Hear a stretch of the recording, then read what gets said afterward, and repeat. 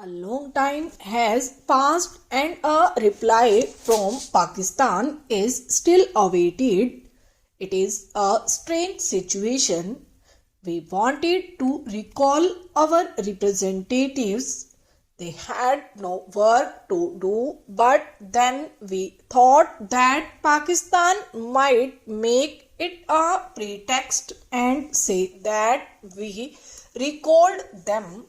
Therefore, we let them stay there till such time as a reply was received. In the end, we told the World Bank to fix some date for Pakistan's reply so that we might know where we stood. Otherwise, a whole lifetime might pass in waiting. They accepted our suggestion and told Pakistan that they should reply within a week whether they accepted the principle or not, with details to be settled later. When they did this, Pakistan showed signs of life and began to run about. In the end, their honorable minister undertook the long journey to Washington. Many things were said about the issue, neither yes nor no, but that they would consider and so on. The World Bank told them that this reply amounted to a rejection. Should it be taken that they had rejected the proposals, or had they something more to say? Pakistan saw how the matter would end.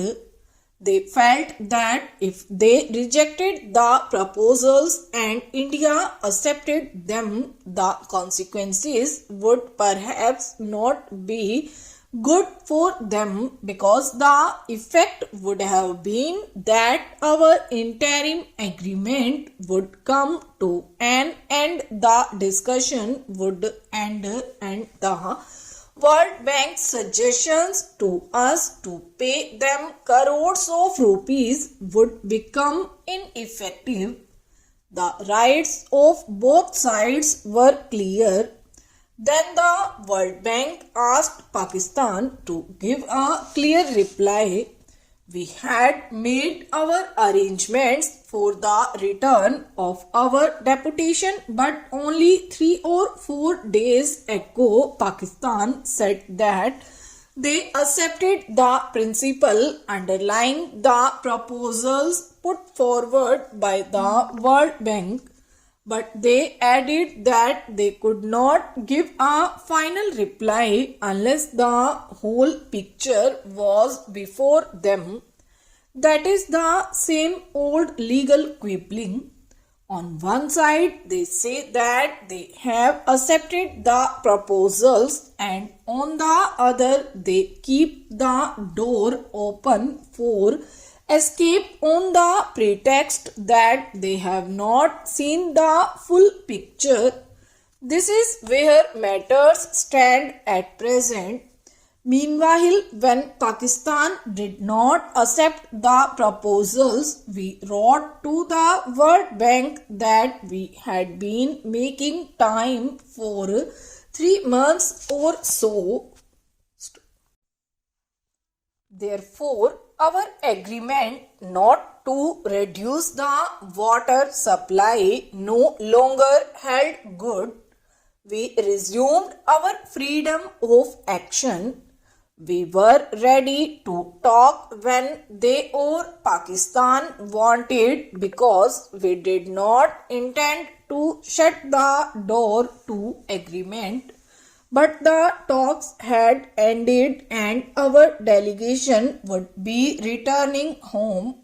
The bank people told us, however, that Pakistan's attitude was changing and that they were saying that they accepted the principle. Since there were chances that a way out would be found, the bank asked our delegation to wait for a few days more. our representatives agreed to do so. The point is that our former agreement with the World Bank or with Pakistan for not reducing the supply of waters has ended. We have every right to reduce it, but we do not want to stand on legal rights in this matter. We want to do something which would harm neither Pakistan nor us. Therefore, we again told them that we would do nothing in haste which may harm the landowners and peasants in Pakistan. We would give them a chance to make their own arrangements.